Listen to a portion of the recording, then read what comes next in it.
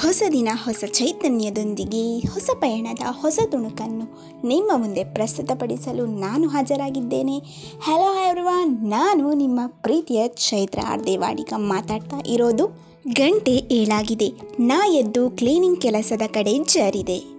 Cleaning ಕೆಲಸ ಆದಮೇಲೆ ಮತ್ತೂ ಟೈಮ್ ಇತ್ತಲ್ಲ, ಏನು ಮಾಡೋದು ಅಂತ ಹೇಳಿ ಯೋಚನೆ ಮಾಡ್ತಾ ಕೂತ್ಕೊಂಡಿರುವಾಗಲೇ ಅಪ್ಪ ಏನೋ ತಂದು ಕೊಟ್ಟರು. ಏನಪ್ಪ ಅಂತ ಹೇಳಿ ಕಾತುರದಿಂದ ನೋಡ್ತಾ ಇರುವಾಗಲೇ ಗೊತ್ತಾಗಿತ್ತು, ಮೇಲ್ಮನೆಯವರು ವಾಲ್ ಸ್ಟಿಕ್ಕರನ್ನು ಪರ್ಚೇಸ್ ಮಾಡಿದರು ಆನ್ಲೈನಲ್ಲಿ. ಬಟ್ ಅದು ಅಂಟಿಸುವಾಗ ಏನೂ ಸರಿ ಹೋಗಲಿಲ್ಲ ಅಂತ ಹೇಳಿ ಗೊತ್ತಾಯಿತು.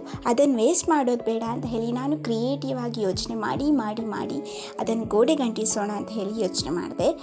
ಬಟ್ ನಮ್ಮ ಮನೆಯ ಗೋಡೆಯ ಕಲರ್ ನಿಮ್ಗೆ ಹೇಗೂ ಗೊತ್ತೇ ಇದೆ ಅಲ್ವಾ, ಅದಕ್ಕೆ ಈ ವಾಲ್ ಸ್ಟಿಕ್ಕರನ್ನು ಅಂಟಿಸಿದರೆ ಕಣ್ಣಿಗಂತೂ ಕಾಣೋದೇ ಇಲ್ಲ ಎಂಬುವ ಸತ್ಯ ನನಗೆ ಗೊತ್ತಾಯಿತು.